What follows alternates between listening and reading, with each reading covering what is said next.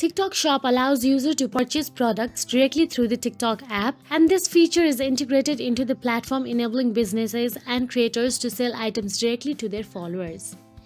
So, firstly, all you have to do is open the TikTok app on your mobile device and go to your profile. Now, on your profile, tap on the three dashboard option available in the top right corner of your screen. Simply follow these steps if you cannot find your TikTok shop and you want to access it. After you tap on the three dashboard option available in the top right corner of your screen, then you will get to see settings and privacy option available on your screen. Again, tap on it. Then scroll down and tap on the report a problem option available there. Then again scroll down till the bottom and tap on the chat with us option available.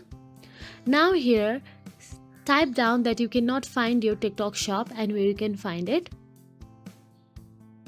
I have written I cannot access my TikTok shop. Now, as you can see, the TikTok shop is not available on my region, so that is why I have not any access to the TikTok shop.